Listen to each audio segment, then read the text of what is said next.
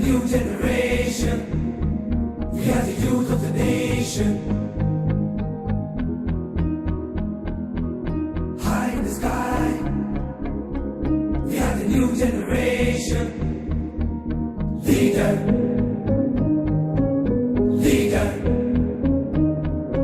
Ladies and gentlemen, we are glad you are watching. This is Leaders Dialogue, a program that is meant to bring on board leaders who have made it in their platforms. Today we are visiting Mr. John Ng'ang'a. Mr. John Ng'ang'a is a business consultant. He is also an author of 7 books, including Christian Professionals, Leading in the Marketplace, and his latest book is A Leader's Ethic. Work ethics. A Leader's Work Ethic. We are glad to visit you. Yeah. The issue of influence is very key for leadership. In your book, there is a phrase you talk about how you could influence even other managers. I would like us to discuss that body washing scenario that cropped one lunchtime.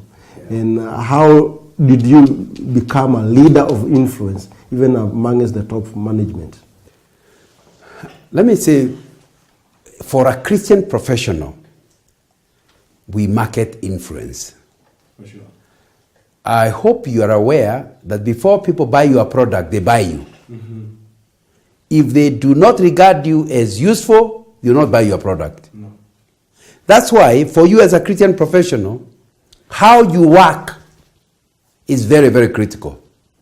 If people do not value you, do not think you are doing a good job, your Christ will not be bought. Mm-hmm. So that's why the issue of influence is very, very important. How we carry ourselves professionally is very, very important in the way we work. Yes. Technically, exactly how you're performing. If you're the kind of person they are looking towards firing, you cannot, for example, influence your boss. Mm-hmm. You tell him, oh, you should be like me. He says, you don't have to be as lazy as you. Mm-hmm. There's no way you can win people to the Lord Mm-hmm. when in your place of work, Yeah. you are regarded as lazy or mediocre. Mm-hmm. Number one. Number two, the issue of integrity. Mm-hmm. Nobody trusts anybody who has no integrity. Mm-hmm. In other words, today you say this, tomorrow you say another thing. Mm-hmm. You know, integrity is who you are in the dark. Mm-hmm. So that even if I surprise you out of your sleep, what you told me when I was buying you lunch is the same thing you will say. Because if you are a man of integrity, you are integrated. Yes. You do not say. So if you want to have influence, be a man of integrity. Because see, the first one was you set an example in the way they work. Next one is you are trustworthy. And when you are trustworthy, they know that in a choice between you and your boss, if you disagree, people are likely to trust you more than they trust your boss. That gives you influence because of that integrity, the consistency, Yes. which helps you, to say that. Thirdly, if you want to have influence both with your boss and your juniors, you must be a kind of a person who does not need to be supervised. They are such good workers Yes. that the boss feels, I wish Ng'ang'a could come to my department. Because you know once he works there, he will not require any supervision. What he says he'll do is what he actually does. And everybody will want you in their department. Yes. And of course, when the opportunity for promotion comes, they are likely to give you, despite the fact that they don't like your Christianity. Yes. They want now, for example, that's the funny thing of the story I'm giving, where we are doing some project with my bosses, and then they say, why, it's lunchtime. So the bigger boss says, let me buy lunch. So we all drive to a hotel, and we are seated somewhere outside, and everybody's ordering. Then somebody is passing, and one of my bosses starts with a so I look at him, wondering what the issue is. Yes. Then he realizes I'm looking at him. He said, oh, John, I forgot you are here. Yes. I forgot you are here. Yes. So I said, what do you mean? You know, John, you are the only one who doesn't do bad watching. Yeah. So I asked, what is bad watching? So he explained to me bad watching is enjoying women. Oh, okay. So a girl had passed, Yes. and then in the process, Yes. he enjoyed the look of the girl. Yes. Yes. So he argues, you are the only one who doesn't do bad watching. So even my wife knows I must do bad watching. Wow. Now, he was going to extent of justifying himself, Yeah. yet he is my boss, Yes. but he's feeling very uncomfortable with what he had done. Yes. Yes. When you live a life of influence, Yes. you don't just influence your juniors, No. you influence your seniors. No. They would want to do good things, although you can't supervise them, you can't order them, Yeah. because they are the kind of person you admire. I keep telling people there's a difference between being a manager Yeah. and a leader. A manager is a title, a manager has executive authority. A leader is someone followed by others. The definition of a leader is an influencer. Because the word lead Yeah. means there is someone following. And following Yeah. means you are not behind them to beat them. It's a choice they make, whether to follow you or not. When you're a manager, it's a must. If somebody doesn't obey you, you will fire them. Yes. Yes. When you're a leader, power is not with the leader. Power is with the follower. He can choose not to come. Yes. Yes. So if people are going to follow Christ, it will be because the Christian professionals Yeah. have gained this currency called influence. Yeah. And because they have that influence, people want to be like them. Yeah. And because they want to be like them, they realize if I'm to be like this guy, Yes. the best thing is to have his Jesus. That's what we are talking about when we're talking about a Christian professional must be a man or a woman of influence. Yes. But to become a man or woman of influence is not cheap. Yeah. It's not just shouting everywhere, I'm saved, I'm saved. First of all, you tell them you are saved. But that doesn't impress. Yeah. It's how you live your life at work. Really. Yes. And one of the great leaders, that is St. Paul, he talks to a young man called Timothy. And he tells him to set good example in some few areas, which you have mentioned in your book. I don't know whether you would like to clarify on those areas. Yeah, the list, of course, is endless, not just once in my book. Yes. But there are several things. If you really want to have influence, there are several areas that you need to have. One of them is confidence in what you are doing. Timothy is being told, do not be timid. Set an example in faith, in trust. Now, you are the kind of a person who, because you know what you are doing, you don't apologize. Yes. You know, I hear some girls when an immoral boss says, may I pay you tea after 5? She says, sorry, I can't come. Yeah. I'm sorry, I'm a Christian. Yeah. Now, sure, if you are sorry you are a Christian, just stop it. Why are you apologizing? Why are you apologizing for being a Christian? Yes. So the first thing is you must set an example Yeah. by being proud of Yes. who you are. If you are following God, Yeah. you should not be apologetic Yes. about it. Yes. And it will be important that you set an example in that confidence Yes. and a clarity of where you are going and the way you are going. I think secondly, it will be important that you set a good example in relationships. Yes. For example, relationship with the opposite sex. If you do not know how to set boundaries, Yes. you will soon be accused of sexual harassment. And that you will lose influence. Yeah. The moment you are correctly, because you can also be wrongly accused of sexual harassment, or your influence in the company or your influence in the NGO will disappear. So you need to set example by putting boundaries. You can't go touching ladies' backs and you are a young man and expect that it will go well. No. They might even show that they smile about it. Yes. Why are they smiling? They want you after 5. Yes. And you don't want. Yes. So you are frustrating them. Yes. Because by what you did during the day, you imply you are taking them out. Yes. And you don't take them out. Yes. Now it means that if you really want to have influence, you must learn how to set boundaries in the way you relate with the opposite sex. And the way in the office. Office romances are not things that will help you in becoming a man of influence. So it will be important that you learn how to deal with people. Obviously, the wider tab is how to relate with everybody. You must learn to give respect to who respect is due. Yeah. Do not talk to your boss like he is your junior or your colleague. Even if you are technically qualified and doing a good job, you need to learn how to respect people who are senior. Yes. Number two, you need to learn how to deal with the juniors so they don't feel intimidated. Yes. They need to feel respected. Yes. The same way respecting seniors, you need to respect juniors. That is an area that will be very, very important. You must set an example. Thirdly, you need to set an example in the way, in your work culture. That's now my recent book, the one that came out last month, called A Leader's Work Ethics. The Bible is full of messages. If you look at that book, you'll see I share the biblical view of work. It is clear that you need to set an example. People need to feel like if they are going to work in your team, they not pull up their socks, like the Englishman says.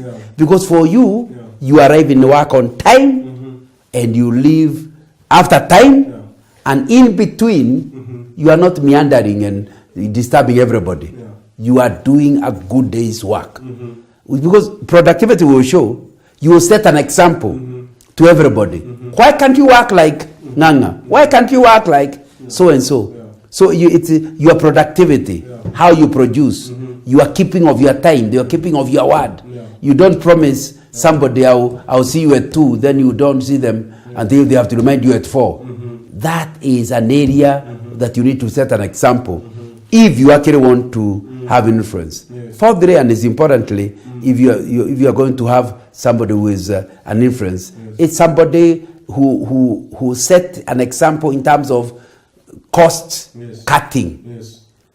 You cannot be the kind of guy who goes on a trip and finishes the interest because you are overusing. They will still pay it, but they will know, hey, this guy, how could he eat all this food? Is he really telling the truth? Now, in the same way, you are the stationery. They will use your stationery. Maybe you take some of the stationery to your children at home. But they can see the way the stationery is going. They can't prove you are stealing. But you will lose what you have built through the other examples. You will lose your example by the way you spend company property, how you use company property. It will be important to set an example so that you add value, not reduce value by what you do. For sure, for sure. The African leadership setup is a setup whereby we believe we can only be lured by people who do coercion. What is the difference between influence and coercion? And how is it important for us to be on either of the side? You know, I like giving the example of Kikuyu shepherd or an African shepherd and a Jewish shepherd as written in John chapter 10. If you came to my place late 50s, early 60s, my major occupation was looking after cows and sheep. In the morning, I'll go and open where they are. Then get inside and beat them until the place I want them to graze. Then in the evening, I beat them back to the same place. But if you look at John chapter 10, the story is very different. The guy the shepherd opens the door, he walks, they follow. Up to where he wants them to graze. Can you see the difference between the two? A lot of difference. That's the same difference between a leader and a manager. A person who uses coercion and a person who uses influence. If you are using influence, all you need is open the door, the sheep follow you. By the time you reach where you are going, the sheep are not tired, you are not tired. You have enjoyed the trip. But if you are an African shepherd, you have to go behold the sheep, beat them. By the time you arrive where you are going, the sheep are in pain and your hand is tired. So the subject is a very important subject because Christians should find it easier because you are taught by Jesus to be servant leaders. Find it easier to manage your department by influence. That means people are so happy to work with you that when there is a project in your department, they would not want you to be embarrassed. So they are going to do their very best, their very, very best to do something that will make you be glorified. They want their boss to shine. Yes. Because their boss is their leader. Yes, yes. I think that will be very important. Excellent, excellent. The issue of skills, and I find it, you are very clear on the importance of being a skilled leader. The issue of conceptualization, technical and interpersonal skills, what is the place of that in leadership? It will be important to mention that every leader has three requirements. If you are going to lead a department or lead a country or lead anywhere, even lead your family, you require three things. Number one, you require technical ability. You need to understand what are you leading people to do. What is requirements of that doing. Technical knowledge is very, very critical. For example, if you are a leader in a hospital, you need to understand what doctors require, what nurses require, what the patients require. That's a technical knowledge. And anybody who leads and ignores technical knowledge will not become a good leader. Number two, you need to have interpersonal relations skill. That means you know how to deal with the people. Yeah. If you find a difficult guy, you know how to handle him. Yes, yes. You find a reserved guy, you know how to deal with him. Yeah. You can get productivity out of anybody. And there are people who are skilled. They go to a new place within no time. Their staff are friends.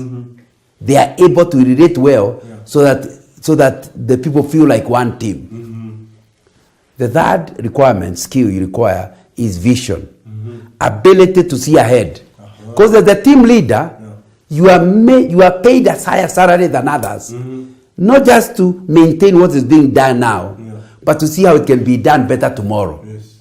Not just to produce the 10 items you're producing per month, but to see how you can make them 12. Yes, yes. That's one of the biggest deliverable out of leadership. Vision. Looking to the future. Yes. Those are three different skill sets that you need for you to be able to achieve as a leader. Now, however, depending on your seniority, the requirements differ. You require all the three. Even a supervisor requires all the three. The middle level manager requires all the three. The top manager requires all the three. However, if you're a supervisor, for example, you are a chief chef, the supervisor of chefs, of cooks, you must know how to make the egg. You must know how to make the ugali. Because you see, that's technical. How do you supervise somebody on how to make ugali and you don't even know how to make it yourself? So at a supervisory level, the technical skill is in greater demand than the other two. For sure, for sure. Now, if you are in the top leadership, you are the CEO of the hotel, you may never even appear in the kitchen for a whole year. So you don't even need to know how to fry an egg. But you still need to understand what the kitchen requires. You need to understand what they do, but you don't have to know exactly how to fry the egg. Now, unfortunately for you, the bigger thing is vision. You require more vision than technical ability. The supervisor requires less vision. He is so busy making eggs, he can't even think about where the eggs are coming from. Somebody else, a leader, has to be looking for suppliers. Him is bring the egg. Do you want an omelette or Spanish omelette, whatever? That's what his level. It's a supervisory level. That's what you need to understand.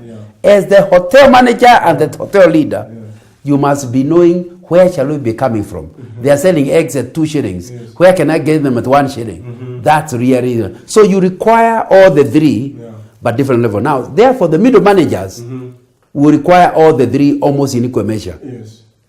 So that he will require vision, because he's the one to interpret the leader's vision. He will require some understanding of the technical ability, but not as much as supervisor. But all the three, interpersonal relationship is very important, because a supervisor has a team. He needs to understand it.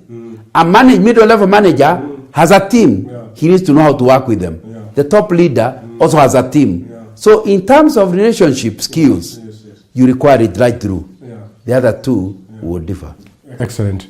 Ladies and gentlemen, we are going for a commercial break, and actually I am becoming a better leader, and I hope you are becoming a better leader. This is Leaders Dialogue at Champions League.